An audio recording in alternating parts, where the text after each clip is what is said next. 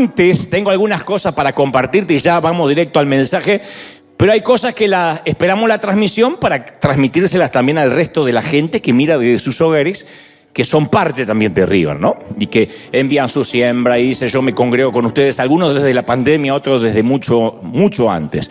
Bueno, a decir, como te cuento siempre, cuando orábamos para que Dios nos diera arena, le dijimos al Señor que si nos lo regalaba, o sea, si nos daba la posibilidad de comprarlo, nadie nos regaló, pero lo compramos, íbamos a tenerlo abierto para todo lo que significa la comunidad.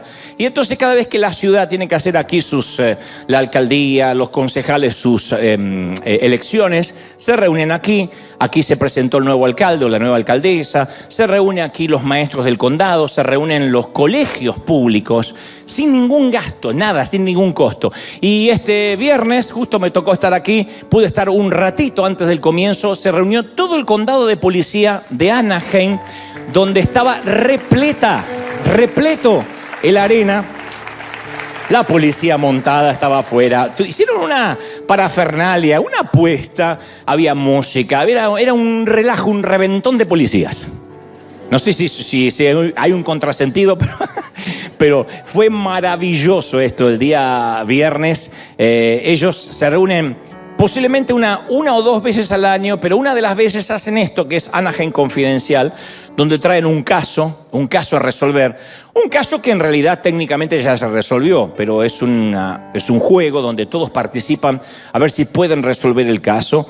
Y esto a beneficio de la policía también de aquí de Anaheim. Así que estaba toda la policía con sus familias. Lástima que no supimos la hora, como digo siempre, porque podíamos pasar los semáforos en rojo, los stop, nadie lo hubiese notado. Estaba toda la policía acá adentro. Fue maravilloso el día viernes. Y bueno, ¿qué puedo decir? El sargento, todos los oficiales no lo pueden creer. Aparte de dar gracias públicamente, dice que no pueden creer tanta generosidad y no se les cobra nada, y no solo no se les cobra el sitio, sino que ponemos a su disposición los ingenieros de iluminación, de sonido, todo a su disposición. No lo podían creer. Dice, nadie regala nada. Y nosotros decimos, no regalamos, sembramos, porque creemos que la siembra trae una cosecha maravillosa. Así que, extraordinario. Esto ocurría el día viernes. Bueno, en otro orden de cosas, hoy a eso de las más o menos a la tarde, en un ratito, no quiero confundir a los que están conectados ahora a otra hora, pero a las 3:30, 4 de la tarde, hora del oeste, hora de California, llega nuestro equipo de misioneros de África, de Uganda. Ya están llegando en un ratito nada más. Misión Uganda. Estas son algunas imágenes. Ya vamos a pasar obviamente los vídeos, todo esto estos son algunas de las imágenes de la llegada, del recibimiento. Se hicieron muchas cosas, pero fue maravilloso reencontrarnos con nuestros chiquitos, reencontrarnos con esta gente maravillosa que tiene una alegría de vivir, aún sabiendo que no cuentan con lo que nosotros contamos en esta parte del mundo. Aún así, todo nuestro equipo, nuestro colegio, con sus uniformes, salieron corriendo a recibir a nuestros misioneros y fue música, alegría. Claro que luego cuando lo veamos en video va a ser mucho más impactante, porque las imágenes siempre valen más que 1000 palabras. No obstante, quería mostrarte un poco estas fotografías de lo que fue el recibimiento. Para alguien que no sabe, sostenemos casi 300 chiquitos, 260 y tantos chiquitos. No solo los sostenemos a ellos, sino que, como verán ahora, salimos a bendecir la comunidad, preparamos bolsas. Estos chiquitos son huérfanos, viven con nosotros en nuestro colegio. Los sostenemos con desayuno, almuerzo, merienda, cena, duermen en nuestras habitaciones. Hicimos un complejo que hasta ahora es uno de los más excelentes de África. Y luego salimos a las calles, también parte de lo que se hizo, porque se armó un playground para los chiquitos, pero se salió a las calles a bendecir. Lo mismo que hacíamos aquí, o hacemos aquí, lo hicimos también en África, y ellos no podían creer, porque a veces viven con lo paupérrimo, con lo mínimo, pero fuimos un canal de bendición. Y nuestro equipo de misioneros salió, estuvo en las calles de Uganda, de Nihanga. Fue realmente maravilloso. Este equipo maravilloso los vamos a recibir el domingo que viene. Llegan en un ratito nada más. Te lo quería contar porque es algo maravilloso. Y ahora sí, ya casi te voy a transmitir lo que creo Dios me dijo que te diga. Antes, una cosa más, porque yo dije recién, antes de conectarnos que nuestra semilla, nuestras siembras permiten cosas como esta. No dejamos de bendecir muchos países, México, Colombia, Honduras, Dominicana, Cuba. Se sigue construyendo nuestro barrio, nuestras casas para honrar a esos abuelitos. Te vamos a mostrar las imágenes pronto, aunque te fui mostrando fotos, pero ya casi se va a terminar, Dios mediante, antes de fin de año. Se va a hacer River Toys en 15 o 17 países diferentes, donde vamos a repartir 1 millón de juguetes gratis al estilo River. Y acá también va a haber una fiesta. Acá también, el 23 de diciembre, el sábado 23 de diciembre, vamos a hacer una gran fiesta acá enfrente, pero River Toys va a ser en todo el mundo. Bueno, no en todo el mundo, pero en unos cuantos países. Ahí están algunos: Argentina, Cuba, Uganda, Venezuela, Colombia, México, Panamá, USA. Vamos a repartir 1 millón de juguetes y aquí va a haber una enorme fiesta que estoy seguro que te va a encantar participar, traer a tus chiquitos, promocionar. Pero bueno, entre otras cosas también vamos al humilde país, Tierra Santa, donde yo nací. Argentina. Llegamos hasta la isla Maciel, junto al equipo de Más Vida Quilmes, junto con Carly Anacondia, que es quien está llevando adelante esto. La isla Maciel es un lugar muy pobre en Argentina y llevamos bolsa con alimentos, regalos, corte de cabello, llevamos diversión para los chiquititos con un circo de un querido amigo también. Así que quiero que vean esto. Tras estas imágenes de lo que pasó en Argentina, de lo que hace tu semilla allá en mi país, en lo último de la tierra, te voy a transmitir después de esto lo que creo Dios me dijo que te diga. Mirá. Isla Maciel, con más de 10.000 habitantes, atravesada por la marginalidad, atravesada por la prostitución, separado de la capital federal del país simplemente por el riachuelo, uno de los ríos más contaminados del mundo. En otro momento, tiempo atrás, finales del siglo XX, fue un lugar muy pujante, con industria, pero por las crisis que han atravesado tantas veces, hoy hay diferentes niveles de vulnerabilidad y simplemente la gente sobrevive. Isla Maciel era conocido como un centro de prostitución, de delincuencia y de drogadicción. Yo veo un piquito de 9 años, ya que andan en la calle. 12 años sentado en la esquina jugando un juego. Lamentablemente caí en la droga y perdí casa, perdí familia, vendí hasta lo que me tenía. Yo tengo ahora una pensión que no es mucho, pero con la pensión vivo. Pero no sé cómo hago, pero Dios le pide y estoy como puedo. Toda la gente salía a revolcarse ya. Pero junta castón, junta eso, vendía aquello, trae esto. Por eso entendemos que era necesario, Iglesia River, que podamos estar acá y que de tus brazos y todo aquello que tiene que ver con ese corazón extendido pueda llegar hasta este lugar, trayendo recursos, trayendo amor, trayendo despensa, trayendo provisión y tantas cosas que le hacen bien a la familia.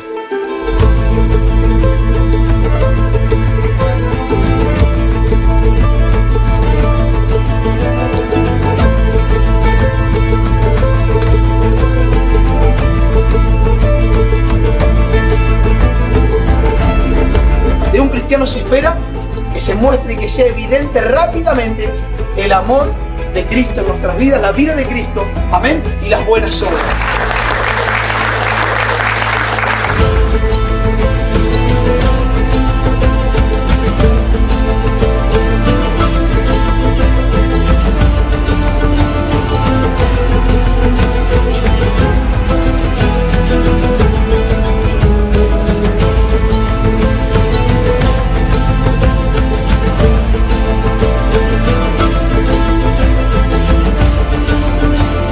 Llegamos acá, desde River Iglesia, con muchísimos recursos, vinimos con despensa, abrazos, oraciones. Caramelo, un circo van a tener, la primera vez que visito en Isla Maciel. Agradecida por todo, en general, del barrio, de lo que nos están brindando. Muchísimas gracias por la alegría que nos trajeron esta tarde a la Isla Maciel. Esto va a quedar en los corazones de cada uno de los niños y niñas que están presentes acá.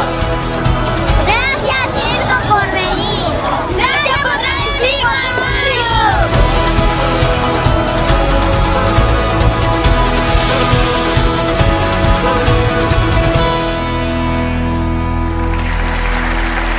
Esa es tu semilla, ¿eh? Esa es tu siembra. Gracias por ser tan generosos. Y 2 minutos más robo para aclarar. Yo decía recién, cuando hablaba de mi Argentina acerca de Tierra Santa, y bien vale la aclaración, que alguien me dijo si yo me había pronunciado, habíamos dicho algo respecto a lo que sucede en Medio Oriente, en Israel. Y yo digo siempre que los que tenemos el oído de las personas, los que Dios nos dio la enorme responsabilidad de un gran público aquí en el mundo, uno tiene que cuidarse de no ser dogmático. Entonces soy muy cuidadoso de decir, bueno, sí o sí, el Israel es el reloj de Dios y esto sucede por tal y cual cosa. A veces, en el afán de que dar una explicación, uno puede llegar a confundir más.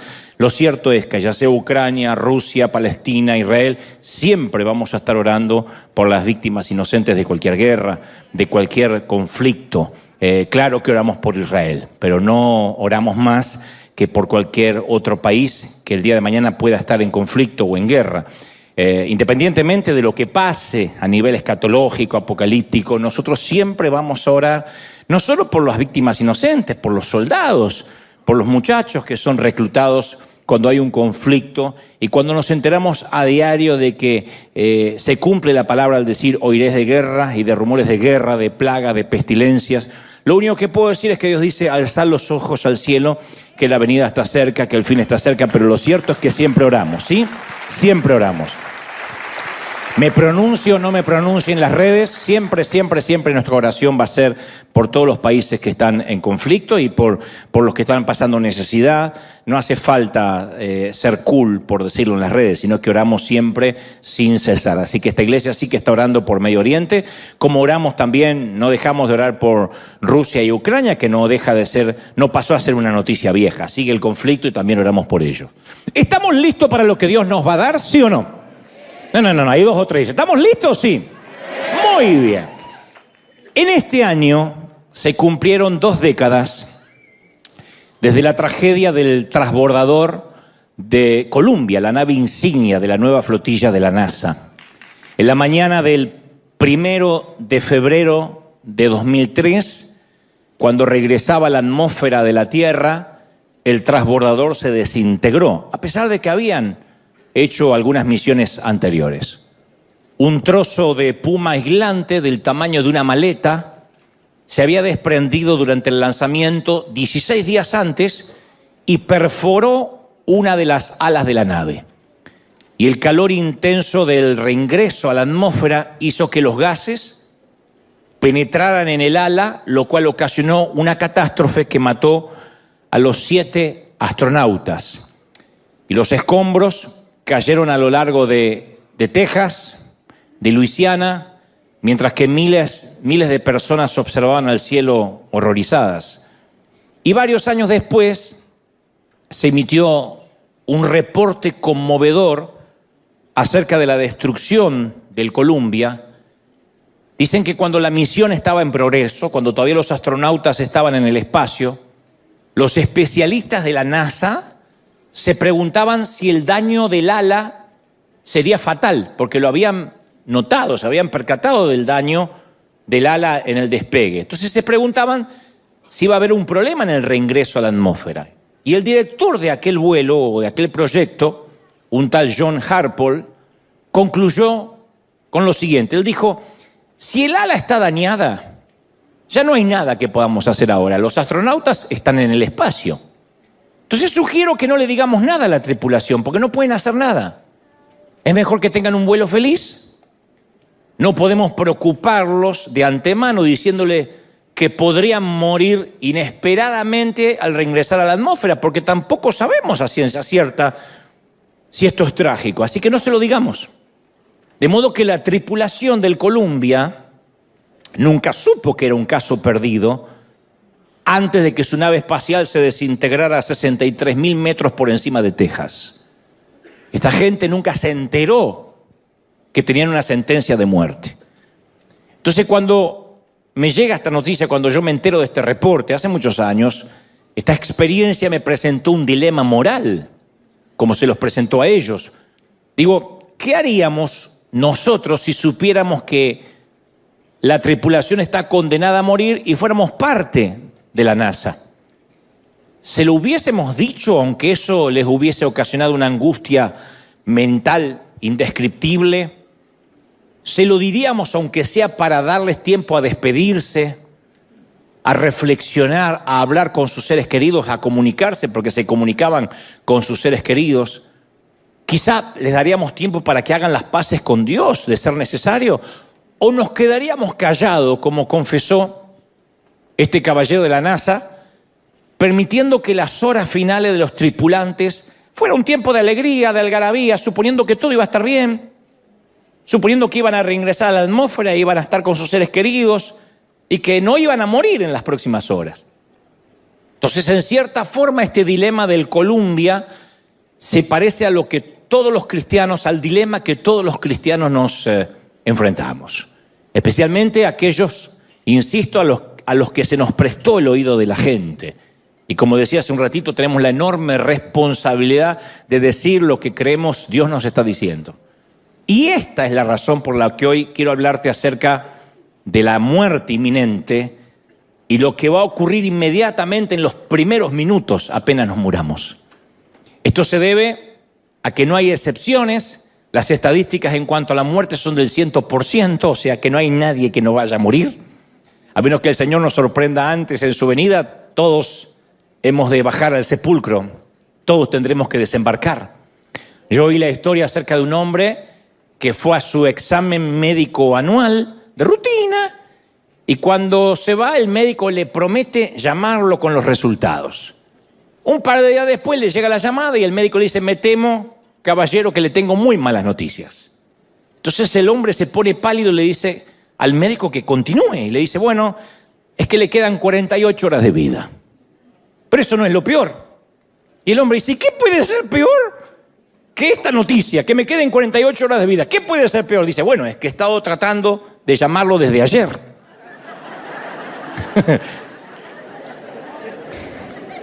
Y más allá del chiste malo, los médicos sí hacen este tipo de llamadas todos los días, pero no con algo risueño como esto, con este chiste macabro o sórdido, sino con noticias mucho más fatales, más sórdidas, ¿no?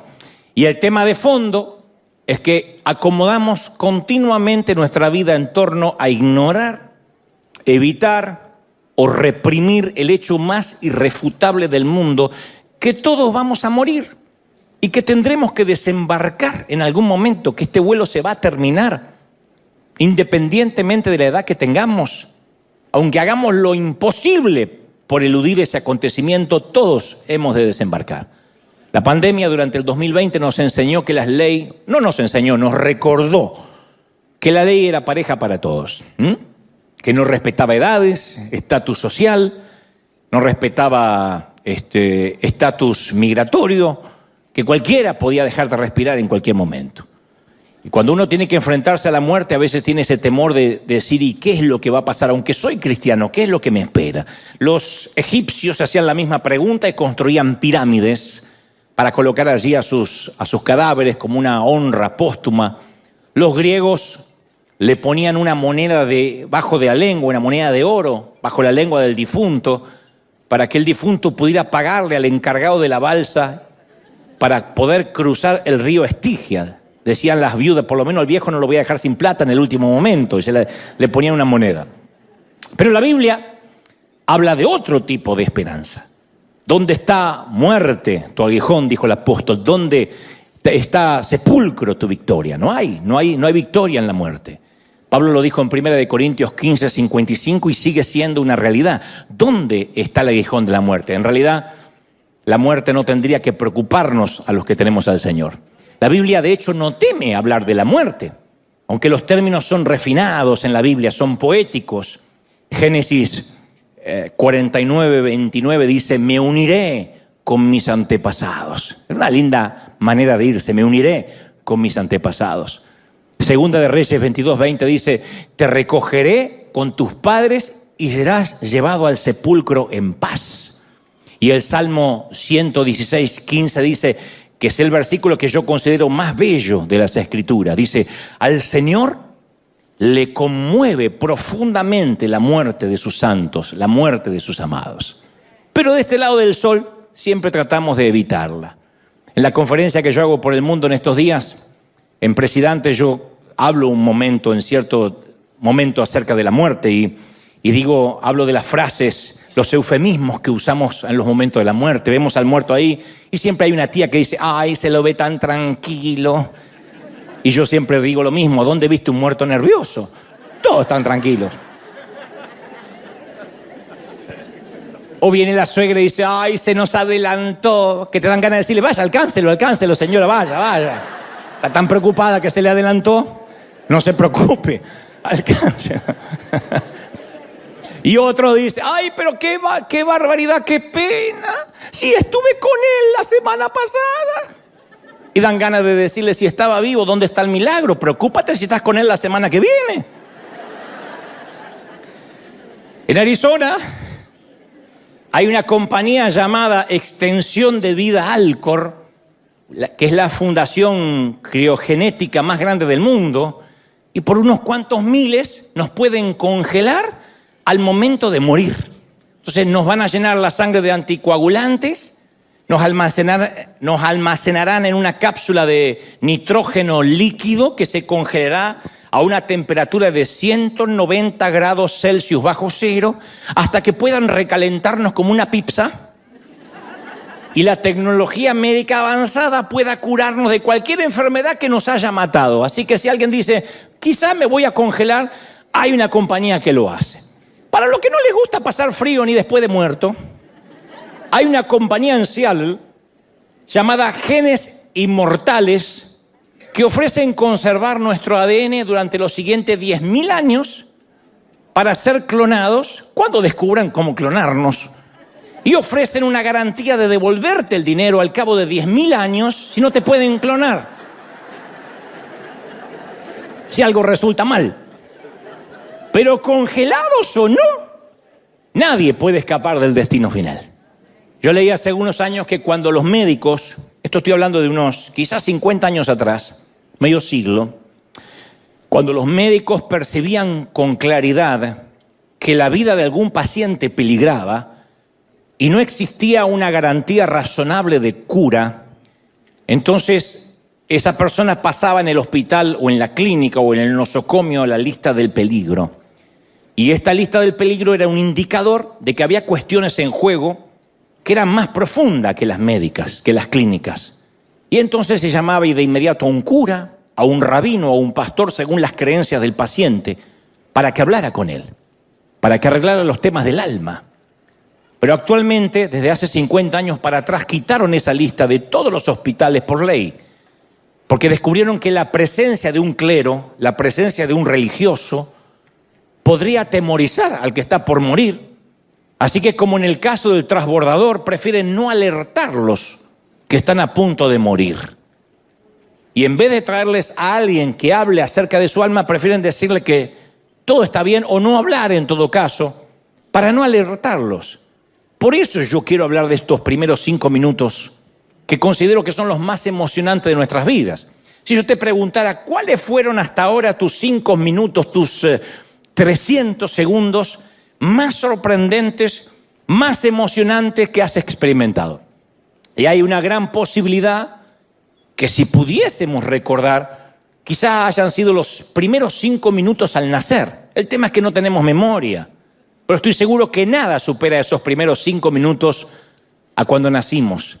Porque después de 9 meses de nadar en una placenta oscura, solitaria, de pronto descubrimos que había un mundo alrededor. Y descubrimos colores, todo junto, colores, sabores, sonidos, sensaciones, gente. No puedo creer que con esa cara ese sea mi papá y otras cosas. Si hubiésemos podido hablar, habríamos dicho, mamá, no tenía idea de esto es maravilloso.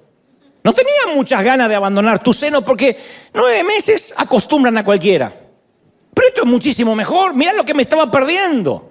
Y por eso yo estoy seguro que los 5 minutos más asombrosos que vamos a volver a experimentar son los 5 minutos después de fallecer, los primeros 5 minutos después de morir. Que yo sé, me está mirando como diciendo, no tengo apuro, yo lo sé. Durante siglos, las mentes más brillantes de la Tierra dedicaron toda su vida en tratar de saber qué hay al otro lado de la muerte. Pero 5 minutos después de haber muerto, lo habremos sabido todos. Todos habremos de descubrir qué hay. Los autores de las Escrituras dicen que para todos los seres humanos esos 5 minutos van a indicar o un destino eterno de gozo indescriptible o una pérdida indecible de mucho dolor. Yo me acuerdo a nuestro director del coro, en la iglesia donde crecí, un viejo gruñón, que no diré el nombre porque debe tener hijos y nietos. Dudo que él esté con vida todavía. Y no sé dónde estará, no sé si lo aguantaron allá arriba o no, pero cuando este director gruñón del coro se sentía frustrado por las pésimas voces de quienes creíamos que cantábamos, pero en realidad estábamos ladrando, lo entiendo. Y él, que era un eximio músico, tenía un oído absoluto, a veces perdía los estribos y decía, mejor que aprendan a cantar, porque en el cielo es lo único que vamos a hacer durante siglos. Y a mí en ese entonces la idea de cantar durante 10.000 millones de años bajo la dirección de este viejo no era la idea que yo tenía para decir qué bruto, qué linda eternidad. No era lo que me gustaba. Otros decían que en el cielo iban a ser horas y horas de culto. Pero no eran este tipo de servicios, eran unos cultos de aguante. Y yo recuerdo que durante mi niñez, a veces el culto, el servicio se extendía por 4 horas interminables, porque el pastor decía, siento de que nos tenemos que quedar. Siempre se manejaba por el desfase hormonal del pastor, no por el horario. Y yo podía escuchar literalmente la voz de Dios diciendo, ya, pastor, deja ir a mi pueblo, libéralos. Por eso me aterraba esta idea de estar de culto continuo. Yo digo, lo que va a ser aburridísimo. Otros creen y consideran que el cielo va a ser como la Florida, un lugar para la gente retirada, con palmeras, cisnes, donde la gente toca el arpa y cuenta historias, las mismas. Una vez alguien me preguntó, yo necesito saber si va a haber fútbol en el cielo. Y yo le respondí, mira, en el cielo no se va a poder mentir, no se va a poder decir malas palabras, ni hacer trampa, por lo cual no puede haber fútbol. Quizá haya fútbol en el infierno, porque allí dice que habrá llanto y rechinar de dientes, así que eso me suena más a la CONCACAF. Es posible.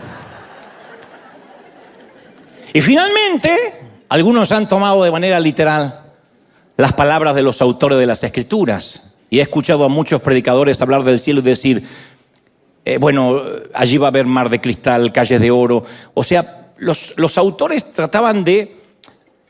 Lo que habían visto desafiaba todo intento de descripción. Por ejemplo, si nosotros hubiésemos vivido hace 1000 años y tuviésemos que describir un avión, y nunca hasta ahora conocimos un avión, pero lo estamos viendo en una visión porque Dios nos trasladó al futuro, diríamos, bueno, es como un pájaro gigante de metal. Eso es lo que pasa cuando algunos de los profetas o discípulos, en el caso de Pablo, fue hasta el cielo y dice, bueno, todas las imágenes bíblicas, las arpas, las coronas, las calles de oro, el mar de cristal. Algunos han dicho, qué lindo un mar de cristal. En un mar de cristal no te puedes bañar, te rompen la cabeza porque es de cristal. Pero cuando los autores usan la metáfora, están hablando de tan cristalino, de tan puro. O sea, son intentos simbólicos de expresar lo inexpresable. Y si tomáramos la Biblia de manera literal, tendríamos que suponer que porque Cristo dijo que fuésemos como palomas, todos deberíamos poner huevos. Entonces, uno tiene que saber que es un lenguaje de hipérbole, de metáfora. Lo cierto es que en primera instancia, a priori, el apóstol Juan relata en Apocalipsis 19:9, dice, dichosos los que han sido convidados a la cena de las bodas del Cordero. Eso es lo que más me grafica lo que primero va a ocurrir en el cielo. Juan dice que no solo veremos a Dios, sino que experimentaremos la alegría, el gozo de una boda, de un casamiento. Y aquí tengo que hacer una salvedad. Si has tenido hijos pequeños o los tienes todavía, seguramente en algún momento te habrán dicho que van a querer vivir contigo para siempre. Hay un momento que el niño dice, yo nunca me voy a casar. Es una clásica promesa infantil que todos los niños hicimos no sabiendo la imbecilidad que estábamos diciendo. Mamá, papá, aunque yo crezca, siempre me voy a quedar aquí hasta que ustedes sean muy viejitos y yo los voy a cuidar. Todo niño hace esa promesa infantil. Y a esa edad no sirve mucho explicarles que va a llegar un día en que se querrán marchar, el día que se enamoren y quieran tener su propio hogar y quieran formar su propia familia. Es que cuando nuestro hijo es pequeño aún no comprende que va a llegar el día en que en su vida aparecerá una mujer mucho más bonita y lista que su mamá. Lo siento. En el caso de nuestra hijita pequeña, conocerá un hombre mucho más inteligente, más alto, más espiritual y apuesto que su papá. No va a ser mi caso, pero seguro el tuyo.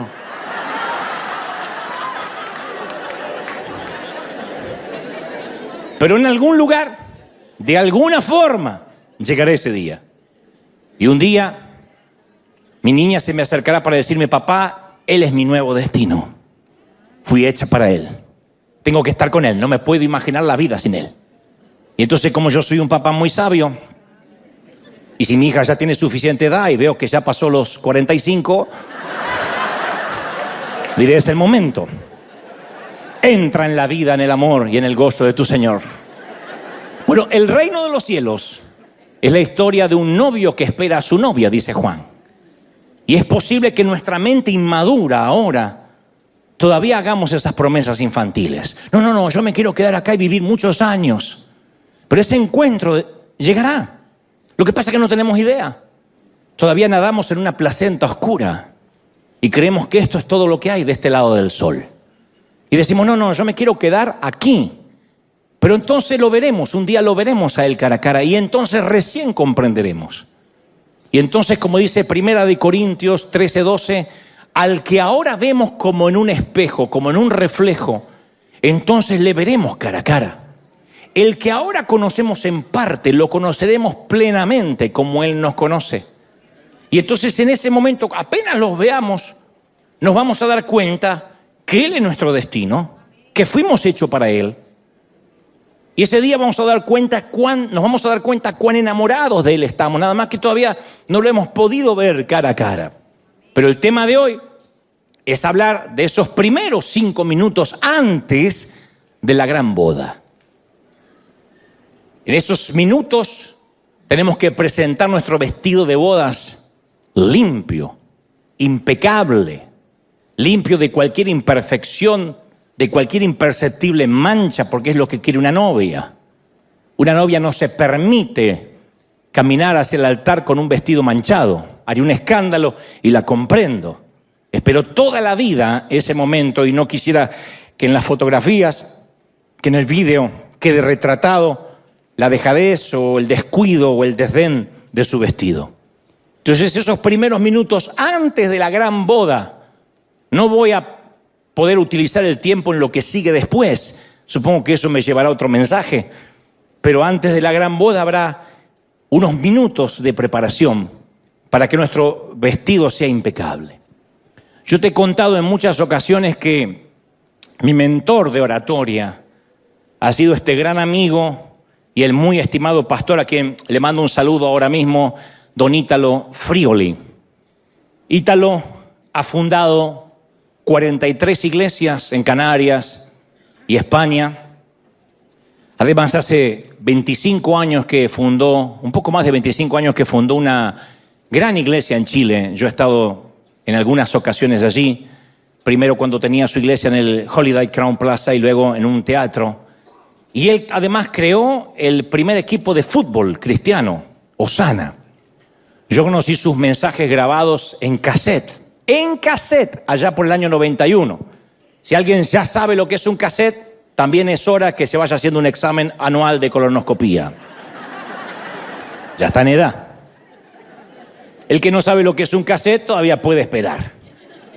Y yo empecé a copiar sus sermones, Bailando con la más fea, Cerco de espinos, Don Cohen, aunque en realidad originalmente él le había llamado Don Goldstein, pero yo le llamé Don Cohen, fueron algunos de los mensajes que yo copié de manera descarada cuando lo oí. No había YouTube, no había reclamos de copyright, así que lo escuché y me enamoré de su léxico. de sus inflexiones de voz, de su impecable y plausible oratoria. No había escuchado yo un orador así en toda mi vida. Su acento español mezclado con el italiano, con el argentino, hacen un cóctel maravilloso y yo nunca había oído hablar a alguien así, sin los vicios que a veces tenemos los predicadores, de hacer repetir a la gente, amén, gloria a Dios, fuerte el aplauso. Él simplemente es un orador exquisito y yo dije, quiero aprender de él. Y como todo mentor a quien uno admira, yo le he honrado públicamente cada vez que he podido, de alguna manera. Y él siempre vuelve de alguna forma a aparecer en alguno de mis mensajes. Pero hoy esta es la primera vez que hablaré específicamente, explícitamente de él y de esos primeros minutos que él estuvo en el cielo. Obviamente no se quedó en el cielo, si no ya estaría muerto, ¿no? Pero Ítalo estuvo aquí hace unas semanas, aquí en River, y me regaló este magnífico libro de su autoría, que apenas lo leí, le pedí permiso para poder relatar parte de su testimonio y compartir su caso, el caso Frigoli. Obviamente te voy a compartir un pequeño fragmento, yo no podría compartirte un libro completo hoy. Y nunca he hecho antes algo así, nunca. Con ningún otro libro, ni siquiera con los míos, con ningún otro autor. Pero el relato me conmovió tanto que supe de parte de Dios que debía compartírtelo. El libro se llama La Entrevista y está disponible hoy mismo en nuestro bookstore. Para quienes lo miran en cualquier parte del mundo a través de Amazon, lo pueden solicitar. Y yo lo quiero recomendar, endosar y desafiarte a lo que lo puedas leer, desafiarte a que lo leas sin tener que detenerte a llorar en cada capítulo. No es esta la idea de hacer un negocio, ni mucho menos, porque no es algo que me haya pedido Ítalo. Él jamás me dijo promociona mi libro, simplemente me regaló uno. Hay muchos que me hacen llegar libros de todas partes del mundo. Tengo muchos autores, amigos, que me regalan sus libros. Nunca he usado este sitio para recomendar un libro. Porque no quiero que alguien sospeche o soslaye la idea, bueno, quiere vender algo, ganar algo con esto. En primer lugar, en primera instancia, a priori yo no gano nada. Ojalá me hubiese hecho participar de esto, pero no me ha hecho participar. Y él, supongo que cobrará alguna regalía por los libros, pero no era el hecho de lo que hoy te voy a compartir. Lo cierto es que le dije, Ítalo, necesito compartir lo que tú escribiste allí en el libro. Y él me dijo, sí, me emociona, me conmueve, y quiero que la gente que te oye pueda tener una idea de lo que me pasó. Ítalo fue hospitalizado de urgencia a causa de COVID y algo sobrenatural y extraño ocurrió aquel sábado 26 de junio de 2021. Él dice que le costaba respirar, que sus pulmones estaban casi por colapsar y entonces sintió que sus fuerzas se iban y su cuerpo se hacía cada vez más liviano y tuvo la misma sensación de estar flotando. Frigoli sintió que era llevado a una habitación oscura donde había una luz anaranjada que le permitía ver una puerta al frente, como recién veíamos en la portada del libro. Y también sentía la presencia de otra persona aquí a su derecha, por encima del hombro, aunque él jamás la podía ver. Él dice, yo no supe si era un ángel, si se trataba del mismo Señor. Y dice, no vi ninguna luz. Y él no vio ninguna luz. Además de esa luz anaranjada, no vio una luz en un túnel, ni ángeles, ni escuchó música celestial. Lo que sucedió, lo que sí pasó, es que toda su vida trascendió ante sus ojos. Y entonces en la oscuridad de esa habitación aparecieron imágenes como si se tratara de una pantalla de cine. Y lo primero que ve son imágenes de su niñez. Se vio con unos 9 años, recuerda cómo estaba vestido, en dónde era, yendo a la tienda a comprar huevos y pan por pedido de su madre. Notó que regresando a casa un huevo se le escapó de sus manos y se le rompió, así que decide regresar a la tienda y en un descuido de la dependiente roba un huevo para reponerlo. Ítalo no recordaba ese episodio de su vida. Y ese fue el principio de la entrevista que le da título al libro. Quien estaba detrás de su hombro le pregunta, ¿qué es eso? Y él empezó a decir, bueno, es una cosa de chicos, ni siquiera me acordaba. Una bobería, una chiquillada. Y la voz le dijo, ok, entonces eres un ladrón. Ítalo insistió que no era un ladrón. Dijo, no, yo no soy un ladrón, solo repuse un huevo. Y entonces comenzaron a aparecer imágenes de otros momentos en su vida en los que se quedó con algo que no le pertenecía. Cuando era joven se encontró con una billetera en un restaurante y en lugar de entregarla, se quedó con el dinero que había dentro. Y otras ocasiones en que había hecho esas pequeñas cosas que casi no recordaba. No era un robo a mano armada, no había entrado nunca a un banco, nunca había metido las manos en un bolsillo ajeno, pero sí esos pequeños descuidos que a veces cometemos. Y el Señor le volvía a decir, o esa voz le volvía a decir, entonces tú eres hasta que tuvo que admitir que era un ladrón. E inexorablemente aparecieron más imágenes de su vida. Porque todo pecado no confesado por más insignificante y pueril que parezca, aparece en esa pantalla. Todo pecado que él nunca dijo, que nunca puso bajo la sangre de Cristo, empezó a aparecer en esa pantalla. Y comenzó a sentir Ítalo una enorme vergüenza. Él no quería que el Señor o que ese ángel viera esas imágenes. Y dice, aparecieron escenas de mi juventud, mentiras, algunos chistes con doble sentido que a veces uno hace entre caballeros, entre hombres, que él no le había dado mucha importancia, pero estaban ahí en esa pantalla con lujo de detalles. Y una y otra vez la voz le preguntaba, ¿y eso qué es? Y mi querido mentor tuvo que comenzar a contestar con el nombre explícito que Dios le da a cada pecado. ¿Cómo le llamas a eso? Eso es mentira. Y aquello es engaño. Eso es enojo. Eso es una mala palabra. Bueno, es que a veces hablamos así los hispanos. No. ¿Cómo le llamas a eso? Blasfemia. Eso es lujuria. Eso es robo. ¿Qué es aquello? Odio. Eso es ira. Esto es resentimiento. Esto es envidia.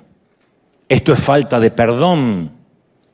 1000 imágenes y se le pidió que lo diga con el nombre indicado. Ítalo resalta que a esta altura su espíritu comenzó a tener un dolor que no podía describir con palabras. Él dice, ningún dolor físico se parece a lo que yo sentí en mi espíritu. Y él rogaba que la entrevista se terminara de una vez. Pero empezó a ver los momentos de violencia, de ira. Se podía escuchar a sí mismo maldecir e insultar.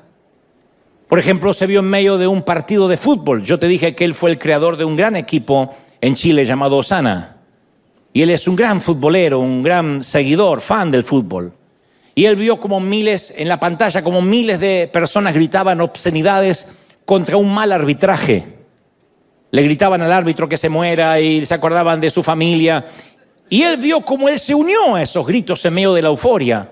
Pero de pronto, de alguna forma, se le bajó el volumen a todo el resto del estadio para que solo pudiera escucharse su voz, su insulto al árbitro.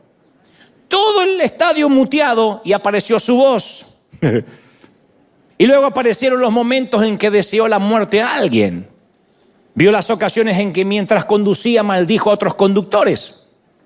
Se recordó, apareció en la pantalla cuando una mujer que cree que maneja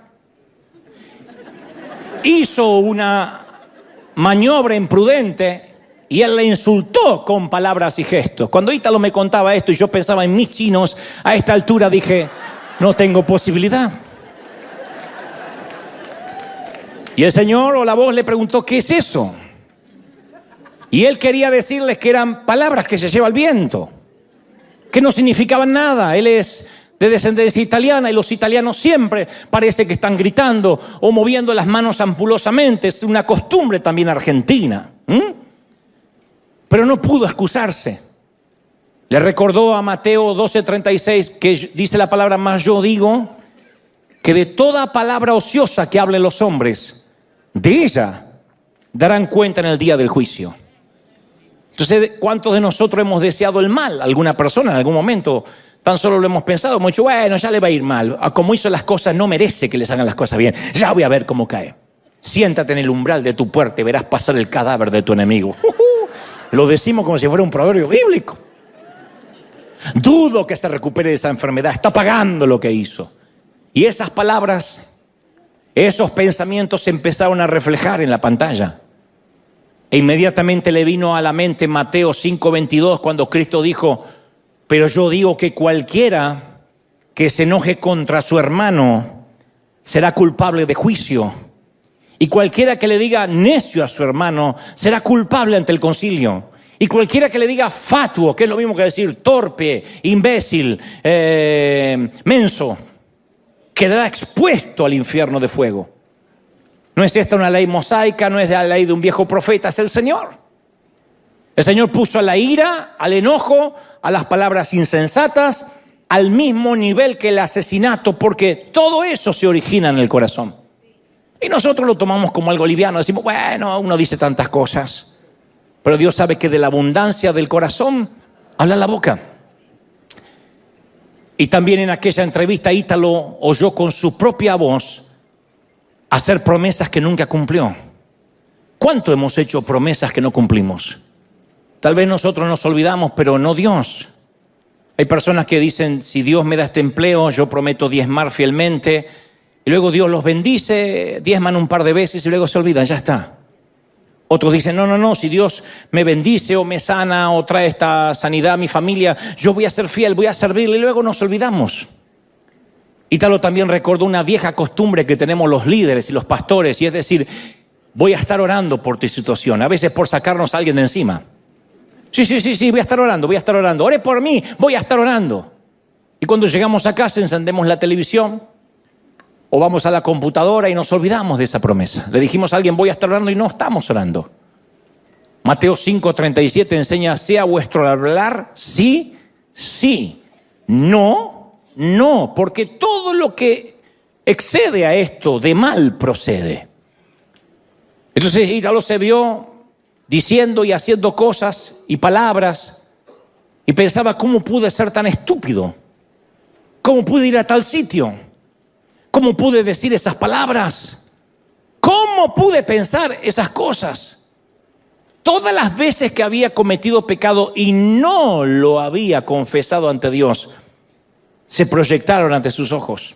Todo pensamiento indebido, toda vez que miró a una persona en forma indebida, toda maquinación en contra de otro, las imágenes de toda su vida continuaban en la pantalla y se veía a sí mismo, él decía, sucio, hediondo. Estaba postrado en el suelo de la habitación y su espíritu solo rogaba, ten misericordia, ten misericordia. Y luego comenzó a pensar, ¿cómo me atreví a predicar? ¿Con qué cara he predicado estos años? ¿Por qué Dios me ha permitido seguir con vida? Y luego, ¿cómo es que Dios me llamó al ministerio? ¿Cómo me soportó en el ministerio? Y se vio a sí mismo tan vil, tan sucio, que todo lo que podía hacer era pedir que Dios lo perdonara, que tuviera misericordia, no había más excusas. La Biblia nos enseña que habrá dos juicios diferentes, uno para los cristianos y otro para los que desecharon a Dios. Y el juicio para los cristianos es el tribunal de Cristo, donde daremos cuenta por nuestras palabras, por nuestras acciones, por nuestras motivaciones. Y nuestras acciones y motivaciones serán examinadas, será un examen minucioso. Y nuestros pensamientos, las intenciones, hasta las palabras ociosas que hemos dicho serán recordadas. Dice la Biblia más, yo digo que toda palabra ociosa, palabra holgazana, palabra que está de más, en el afán del chisme, que hablen los hombres, darán cuenta de esas palabras en el día del juicio. No es una hipérbole, no es una metáfora. Uno dice, ¿cómo toda palabra? ¿Cómo todo pensamiento? Toda acción, pero todo, ¿a qué se le dice todo? Y solemos pensar que es una hipérbole, como cuando le decimos a nuestro hijo, te he dicho 1000 veces que cierres la puerta. Obviamente no se lo hemos dicho 1000 veces. Exageramos para que le quede claro el mensaje. Te dije 1000 veces que haga la tarea. Y a veces pensamos que el Señor cuando dice todo está usando una hipérbole así, una exageración. Él dice, no estoy exagerando, es cada palabra ociosa. Y todos nosotros usamos un espinel de palabras ociosas, más los hispanos. No sé si nos dimos cuenta que los pobres gringos tienen un solo insulto que usan para todo. Nosotros tenemos una creatividad. No sé si compiten y ganan los mexicanos o los argentinos, pero tenemos una creatividad que hasta la forma en que lo decimos puede ser un halago o un insulto. Yo he preguntado sobre palabras mexicanas y me dice, puede ser un halago o un insulto. Digo, ¿cómo puede ser un halago y un insulto? La misma palabra. Y me dicen, sí, no es lo mismo. Oh, ¿qué onda, güey? Güey, no es lo mismo. Y usamos otras palabras que no son insultos. Decimos, ¿te puedo ser sincero? ¿Te puedo abrir mi corazón? ¿Te puedo ser sincero? ¿Cuántas veces decimos, te puedo ser sincero? Lo cual habla que normalmente mentimos. Alguien que me dice, ¿te puedo ser sincero? Me está pidiendo permiso para ser sincero por primera vez en su vida. Es un hipócrita. No me diga, te puedo ser sincero. Se supone que eres sincero. O decimos, en mi humilde opinión. Nuestra opinión tiene que ser asertiva y directa, sin falsa humildad. No hay opinión humilde, hay opiniones. Uno es el humilde, no la opinión. Soy humilde y te doy una opinión, o soy un orgulloso y te doy una opinión, pero la opinión es la opinión. O la famosa, ¿te puedo decir algo sin que te enojes? Que de hecho se va a enojar. Porque no hay peor cosa que intentar controlar las emociones del otro. Te voy a decir algo y estoy esperando y dando por sentado que no te vas a enojar. ¿Quién soy yo para manejar tus emociones? Si tengo que decir, te puedo decir algo sin que te enojes, es porque yo sé que eso te va a herir. O mínimamente te va a enojar. Ay, sí, no me enojo, estás más gorda. ¿Qué te va a decir? Palabras ociosas. Como dicen en las redes, con todo respeto. Con todo respeto, deje de predicar boberías o se va a ir al infierno. Con todo respeto. Si tenemos que anteponer con todo respeto, es porque no tenemos nada de respeto. El respeto no se anuncia. El respeto se tiene o no se tiene. Si yo te tengo que decir con todo respeto, el respeto no se anuncia. El respeto se tiene o no se tiene. O el popular, ¿dicen qué? Dicen que... ¿Quiénes dicen? Dicen que esto que pasa en Israel, dicen que la pandemia, ¿quién? Dicen, ¿qué noticia? En internet. O tenemos fuentes fidedignas, o estamos hablando de chismes, repitiendo rumores baratos. Y el Señor dice, toda palabra daremos cuenta. Habacuc dice, el profeta dijo que ni siquiera Dios puede mirar el pecado. Ezequiel es aún más directo y dijo, el alma que pecare, esa morirá. Y en el cielo no puede entrar sombra de pecado. A las bodas del Cordero no puede entrar sombra de pecado, porque eso traería muerte y en el cielo no hay cementerios. Y como en el cielo no hay cementerios, no puede entrar por esa puerta que veía Ítalo sombra de pecado. Pero ¿qué hacemos nosotros en nuestra vida cristiana? Lo relativizamos. Decimos, bueno, Él conoce mi corazón. Juzgamos al otro por sus acciones, pero nos autojuzgamos por las motivaciones. Decimos, ¿cómo pudo hacer tal cosa? Pero tú hiciste lo mismo. No, pero yo no quise hacerlo. Yo lo hice de corazón. O decimos, yo no vivo bajo la ley, vivo bajo la gracia. Pero terminan siendo excusas banales, porque a veces tenemos más temor de ser descubiertos por el pastor que por Dios. Y creemos que Dios es nuestro Padre, pero no creemos que es nuestro juez. Y entonces tratamos de pasar por la vida negociando con nuestros pecados. Y entonces esto se debe a que pensamos que porque alguna vez hicimos una oración del pecador, todos los pecados que cometamos de ahora en más ya no importan. Es cierto que el Señor murió por los pecados que hicimos, por los que estamos cometiendo ahora y por los que vamos a cometer, pero eso no nos exime de confesar y pedir perdón. Soy hecho nueva criatura cuando llego a Él y a partir de ahí, todos los días, tengo que presentarme ante el Señor y cubrirme con la gracia. Claro que este es un mensaje de gracia, pero la gracia no viene por sí sola si yo no sé que estoy infringiendo la ley. Pablo dijo, ¿cómo valoraréis la gracia si no conocéis la ley? Si uno no sabe qué ley está infringiendo, la gracia no le va a tener ningún valor. Pasa como con nuestros hijos criados en este país. Si la mayoría no sabe lo que es la pobreza y no sabe lo que es la escasez, ¿cómo se va a transformar en un niño agradecido por lo que tiene? Lo más probable es que dé por sentado todo y que crea que el mundo le debe algo. Y hay muchos que no saben lo que están transgrediendo. No saben lo que hicieron. Por consecuencia, pisotean la gracia, porque la gracia para ellos no significa nada. Si tú no sabes que tienes cáncer, no vas a valorar el tratamiento contra el cáncer. Te da lo mismo si nunca supiste que tenías metástasis. Pablo dice, si no sabes qué ley estás infringiendo, la gracia no hace sentido. Pero nosotros llegamos a la iglesia y hacemos en alguna ocasión la oración del pecador, o le dicen la oración del penitente. Todos los que seguimos a Cristo, en algún momento hemos hecho esas palabras, hemos dicho esas palabras, Señor, perdóname, te recibo como mi Salvador. Pero esa oración nos da el privilegio de ser hijos, pero luego Dios, a partir de ese día, espera que si volvamos a cometer errores, confesemos nuestros pecados de manera específica. Primera de Juan 1:9 señala, si confesamos nuestros pecados, Él es fiel y justo para perdonarlos y limpiarnos de toda maldad. No tienes que vivir con culpa. ¿Cuál es la llave? La confesión. Y Salmos 32:5 dice, confesaré mis transgresiones a Jehová y tú perdonarás la maldad de mi pecado. Proverbios 28:13 agrega, el que encubre sus transgresiones, el que las tapa, no va a prosperar. Mas el que las confiesa y las abandona, obtendrá misericordia. Entonces el pecado para ser perdonado debe ser confesado y abandonado. Ahí es cuando la gracia todos los días me bendice y me perdona. Todos somos gente rota.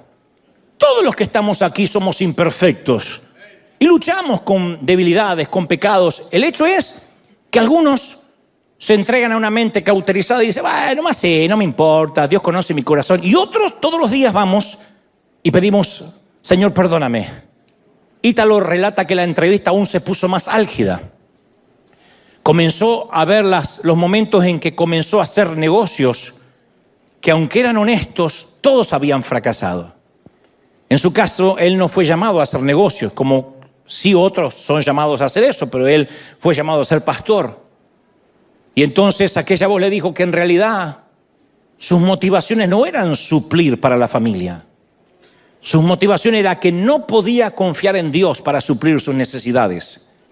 Y aquellos negocios extras, en su caso, eran una suerte de plan B, por si algún día Dios dejaba de bendecirlo. ¿Qué tal si algún día Dios me deja de bendecir? Por lo menos tengo la casita, por lo menos tengo tal cosa. Él había ofendido al Señor con su falta de fe en Él, lo había herido. Y dice Ítalo, y hubo un silencio largo, esos silencios intensos que solo ocurren cuando herimos a un ser amado. Luego le mostró las veces en que se había distraído y había perdido el enfoque de su llamado. Le mostró las personas que había dejado entrar a su círculo, a su vida, y que no eran de bendición, sino eran de distracción. Dios no le empezaba a hablar ahora de pecado, sino de peso. Pablo dice que seamos libres de todo pecado y del peso que nos agobia. El pecado es lo que podemos reconocer. El peso son aquellas cosas que nos distraen. No son pecado etimológicamente, pero nos distraen, nos desenfocan. Ítalo solo le rogaba el perdón a Dios. Y no supo cuánto duró aquella entrevista, pero cuando terminó, dice, yo me sentí más limpio que nunca. Sentí un gozo indescriptible que no tuve en toda mi vida de cristiano, una euforia inusitada. Y todo ese dolor de su espíritu se transformó en una gran alegría. Sentí una enorme paz. Dice, tenía ganas de saltar, tenía ganas de correr, de gritar de alegría. Estaba eufórico, estaba exultante. Y cuando Frigoli me relata esta historia, le pregunté, ¿y dónde queda la gracia?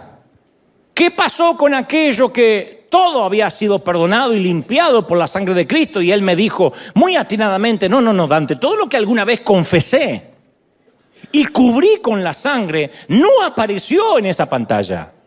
Yo tenía muchos más pecados, pero eso no apareció, no estaba borrado.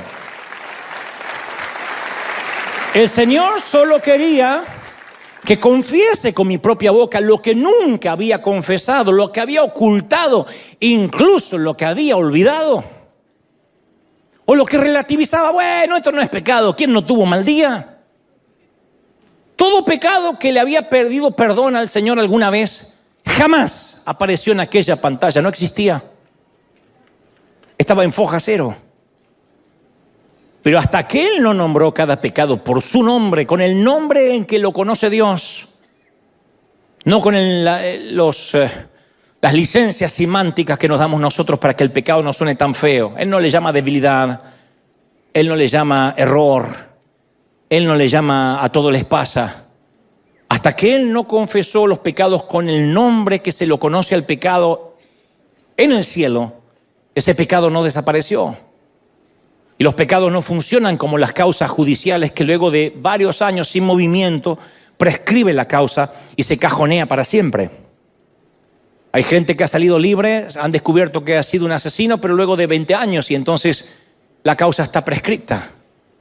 Pero no así con el pecado, pecado no confesado, pecado que no es cubierto por la sangre, pecado que te ha de seguir por la eternidad, por pequeño que nos parezca. Pecado que no decimos es una bobería, porque no estoy poniendo esto en un estante alto que nadie puede alcanzar.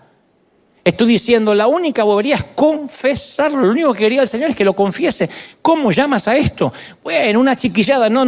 A veces nos entendemos. ¿Cómo lo llamas? Pero esto es una bobería. ¿Cómo lo llamas? Ladrón. Ladrón. ¿Y cómo le llamas a esta mala palabra? Bueno, es que los hispanos hablamos así. En Culiacán y en Buenos Aires, así hablamos. No, ¿cómo le llamas? Bueno, exabrupto, no es exabrupto. No aparece así en mi ley. ¿Cómo se llama? Momento de que no pude manejar mis emociones. Una alteración psicosomática. No, ¿cómo le llamas? Blasfemia.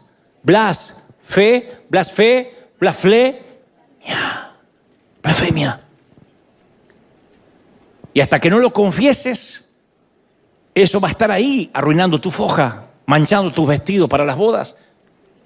El autor, en este libro magnífico, utiliza una metáfora no menos magnífica. Él dice, Dios no permite que entre ningún pecado en el cielo, porque allí en el cielo ya hubo una pandemia causada por el pecado.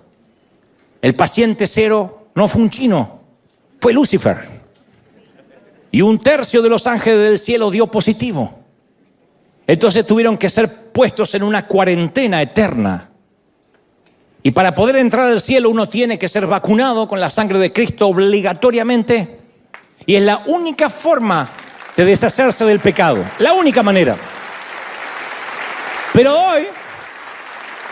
hoy nos estamos haciendo un examen PCR. Pecado confesado, revocado. Pecado confesado, revocado, examen PCR. Es por eso que tenemos que confesar nuestros pecados ante Dios. Pecado confesado es revocado, borrado, olvidado, y Dios se olvida de que se olvidó. No está en un cajón por las dudas.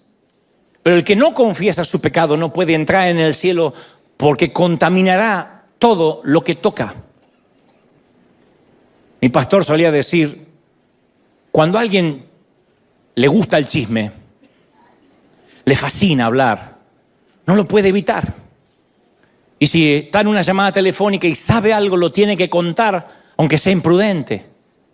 Y es indiscreto porque no puede evitarlo.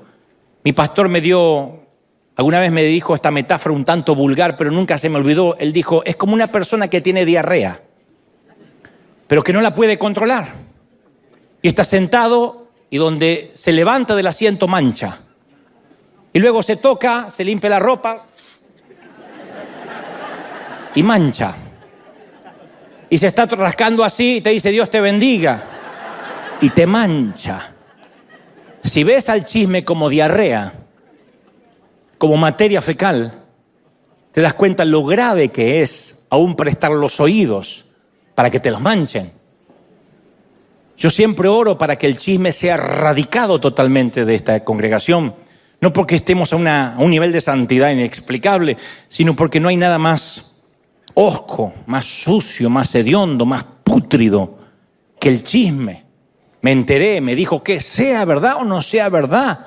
No nos corresponde a nosotros ser jueces, ni hablar de nadie a los que no nos consta que tengamos que juzgarlos. Entonces, cuando uno no confiesa, es puesto en cuarentena eterna. Y Dios no puede permitir que el pecado por más pequeño que sea, pueda entrar en el cielo.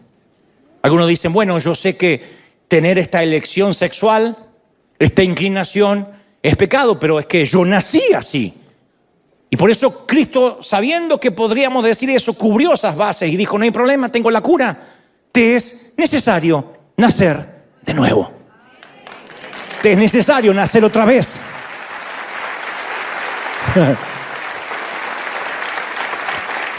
Pero solemos hacer confesiones selectivas.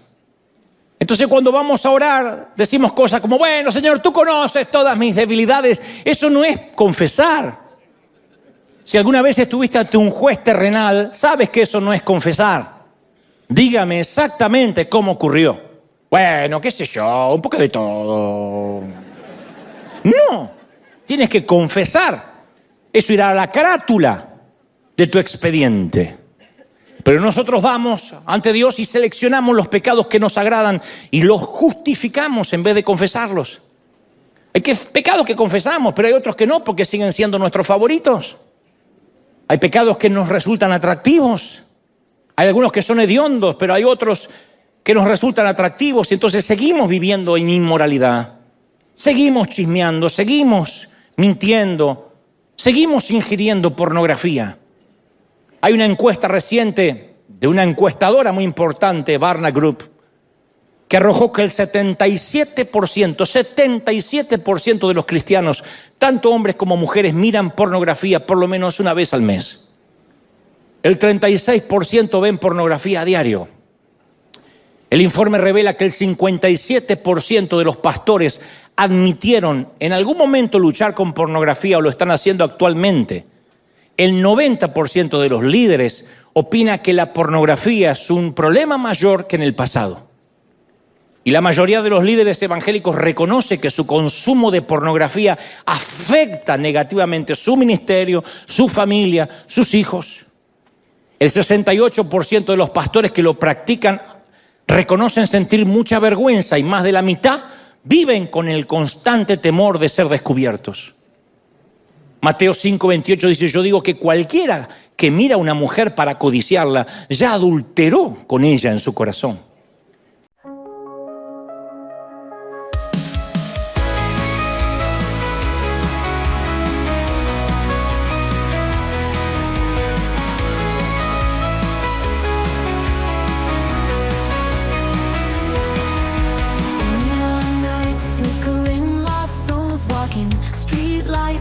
Tune of ghost whispers, city dreams buried under cold steel. Heartbeats echo through empty alleyways. Shadows dance in holographic twilight. Silent screams beneath the cracked surface. Electric scars on concrete veins pulsing.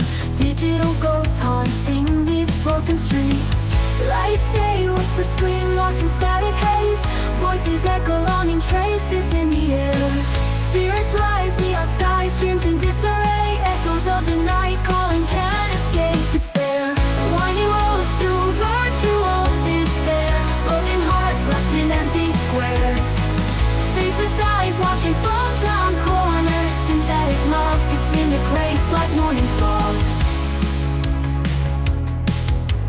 Shadows dance in holographic twilight. Silent screams beneath the cracks of fading moon. Lonely hearts trapped in mirror reflections. Lifeless eyes staring into neon gloom. Lights fade, whispers scream lost in static haze. Voices echo longing traces in the air. Spirits rise, neon skies, dreams in disarray. Echoes of the night calling, can't escape despair. Winding roads through virtual despair. Broken hearts left in empty squares. Faceless eyes watching from down corners. Synthetic love disintegrates like morning fall.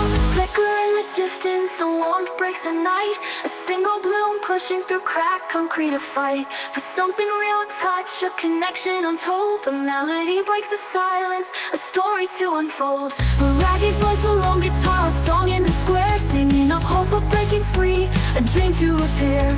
The lonely gather, drawn by the sound. Faces light up, shadows retreat from hallowed ground. Lights flicker, whispers rise above the static fight. Voices voices join the chorus, the symphony takes flight. Spirits soar, neon sky, dreams ignite the night. Echoes of the night calling, planets stare us in the light.